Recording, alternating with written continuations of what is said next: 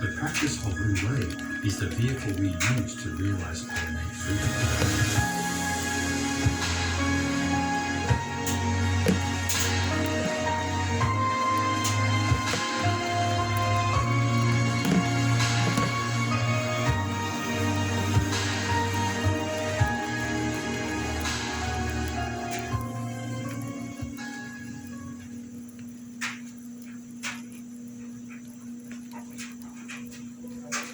The Taoism of Lao Tzu emphasizes that if we do not let individuals grow as nature intended, they will lose their naturalness and be drawn into the world of animal drives, desires, attachments, and ultimately suffering.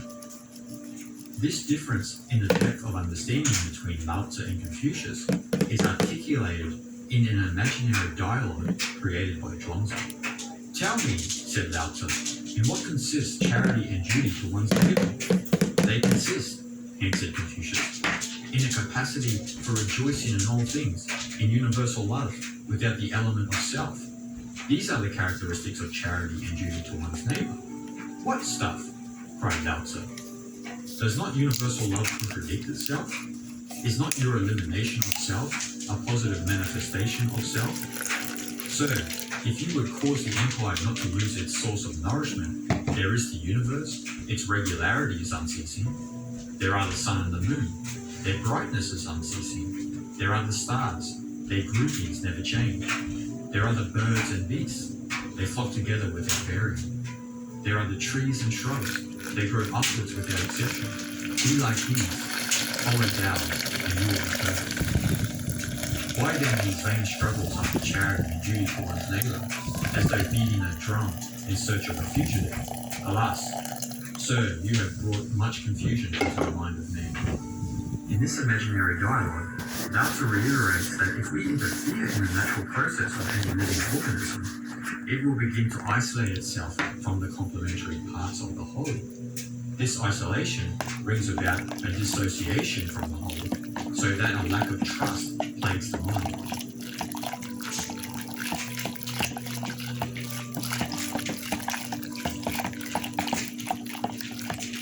Confucius's idea of charity and duty to one's neighbor are age-old teachings, which artists, philosophers, and spiritual teachers have contemplated from the dawn of civilization to the present day. On the surface, we may feel convinced that he is correct in postulating that we have a duty to others.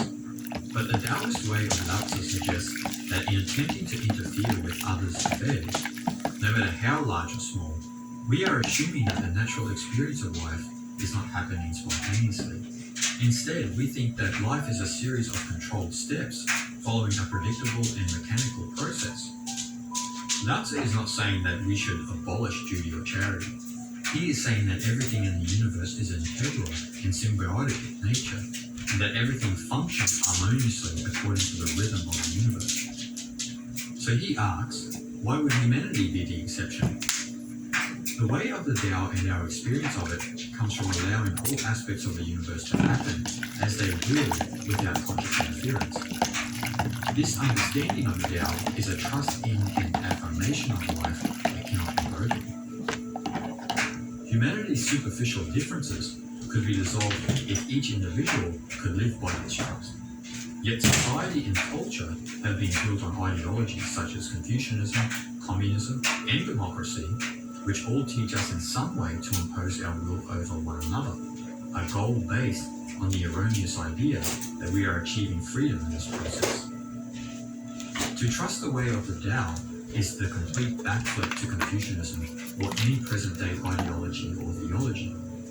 Lao Tzu's wisdom exposes humanity's selfish tendency to impose the will of one individual, nation, religion, race, or gender over another.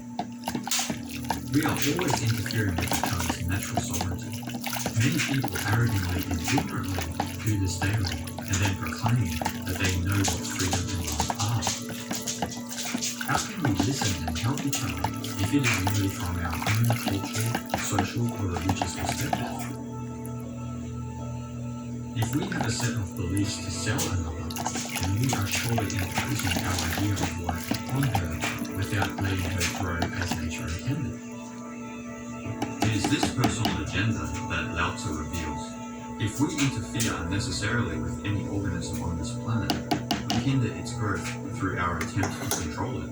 When it is interfered with, an organism finds itself in a struggle to grow into everything it should be.